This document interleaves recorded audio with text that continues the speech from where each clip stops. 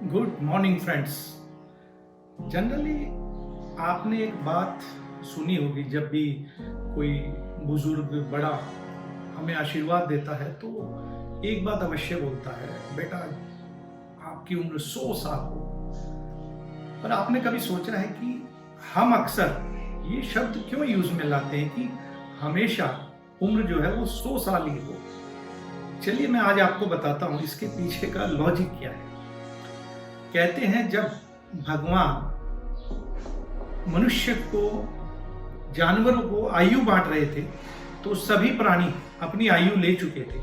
तभी मनुष्य आया और भगवान से बोला, हे प्रभु मेरे लिए सिर्फ 25 वर्ष की आयु ही क्यों, मेरे तो 25 वर्ष ऐसे ही गुजर जाएंगे और फिर मैं कब काम करूंगा और कब मैं अपने लोगों के साथ रहूंगा, तो ये थोड़ा कम है, इसको बढ़ा दीजिए। भगवान बड़े सोच में पड़ गए तो अचानक पास में खड़ा एक बैल बोलता है कि भगवान मुझे तो भूसा खाकर ही बड़ा होना है, बोझा ढोना है। आप ऐसा करो मेरे 25 साल इस मनुष्य को दे दो। भगवान ने ऐसा ही किया।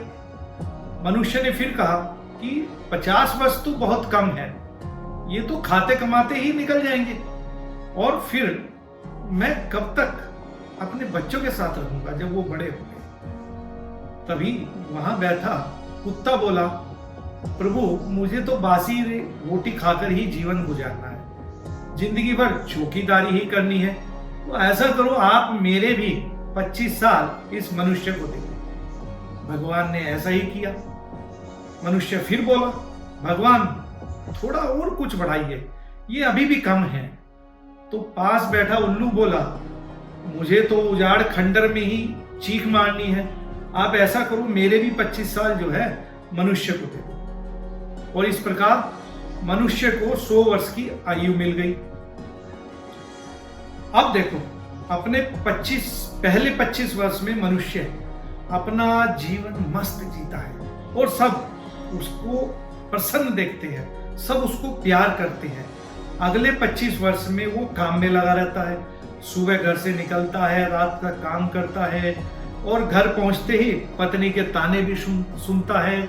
मुन्नी की चुन्नी, सीटू की स्लेट, पप्पू का पजामा, बेबी की बोतल, आटा, सब्जी, दाल, तेल, साबुन, नमक, मिर्च, धोता रहे बच्चों। यही बैल का जीवन है और बोझ ढोने के अलावा उसने कोई भी काम नहीं किया है। बोझ ढोते ढोते 50 वर्ष का होने के बाद एक आवाज कानों में आती है, अरे सुनो जरा पोते का नारा ही बांध दो, पोती की नाक पूछ दो। मकान दुकान के बाहर बैठकर चौकीदारी करता है, जब भी कुछ बोलता है तो सब बोलते हैं, अरे देखो कुत्ते की तरह भौंकता रहता है। 75 भी हो गए, मुंह में दांत भी नहीं, आंखों में तेज भी नहीं, पांव चलते नहीं, कमर में दर्द रहता है।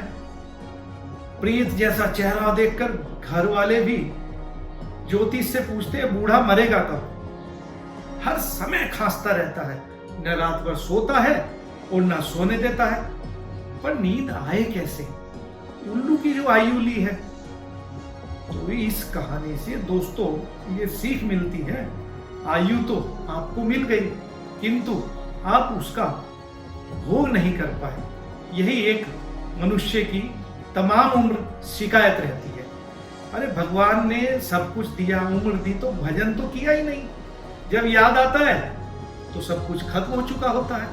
अब तो बस दुनिया को छोड़कर चलना है और इस चिंता में चीता जलना बाकी रह गया है। इसलिए दोस्तों मस्त रहिए, मगन रहिए और कामों को अंजाम देते रहिए। आपके ऊपर वाले की भलाई हमेशा रहेगी।